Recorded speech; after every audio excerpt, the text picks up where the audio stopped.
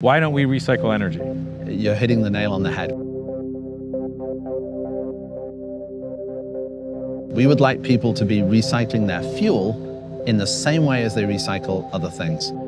Your technology is we're going to refine that energy, that carbon, out of the atmosphere, combine it with hydrogen and water, and then that's the same as gas or jet fuel?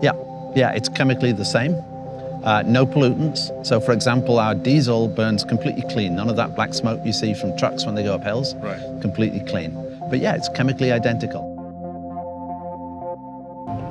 So this is our plant. Great to have you here. Everything here is a working model, full process working, and we are capturing CO2 from the atmosphere right here. Think of it as like a big cooling tower. Large fan, the fan draws the CO2 in, chemical reaction, and we capture the CO2. Wouldn't there be more carbon to capture by dirty, naughty factories? No, it's uniformly distributed. So we could anywhere. put one of these plants in the middle of Beijing, or we could Right. put it in the middle of the Sahara Desert. You would capture the same amount of atmospheric CO2. So we as a species have put it in, so we as a species should be taking it out. Well, that's our choice, but I think we have to, or find somewhere else to live. This is the fuel that we make. It looks exactly the same as any other fuel. Right. It's very, very high chemical performance. Right. Higher performance fuel than the stuff you buy at the pumps today.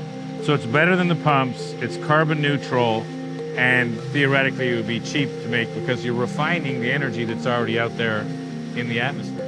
Yeah, you're using the CO2 from the atmosphere. Your only feedstock, the only thing you're consuming is renewable electricity. Right. But here's the interesting thing, a carbon neutral fuel that's compatible with any vehicle in the world today. Right. So that car you just drove up in, we can make that carbon neutral tomorrow. Wow. Any vehicle, any performance vehicle, any battered old truck, aeroplanes, we're compatible with all of those. Which is significant because nobody's making electric tractors or electric planes. Right. Do you have to do any modifications? No. Wow. So transportation is about 20% of the CO2 emissions. How are we going to decarbonize that? There's 1 billion cars in the world. So if we all go electric, $50,000 for an electric car, that's $50 trillion. Then you got to deliver energy and electricity to each car. It's a massive change. Yeah. Alternatively, why don't we just change the fuel? The price to you at the pump will be the same. Having something like a carbon neutral gas isn't even enough. We've got to start going negative. We've got to actually pull carbon out of the atmosphere. Now, can this do that, and what's the plan We can there? take the CO2 generated here and bury that underground, and you get to negative emissions. Right. It's a hugely important thing. And how many do you need to scale it to get to carbon negative? You need less of these than there are power stations in the world today to net emissions out to zero. And how many is that? It's in the region of tens of thousands. If we are taking measures as we should be to remove emissions elsewhere, now you start getting to an overall negative emissions from the world.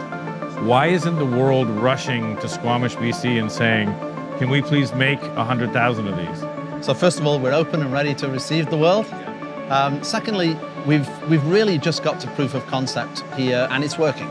So the next step for our business is to expand across the globe, make carbon neutral fuel, and when the scientists and the governments decide that they need to do negative emissions, the technology is ready.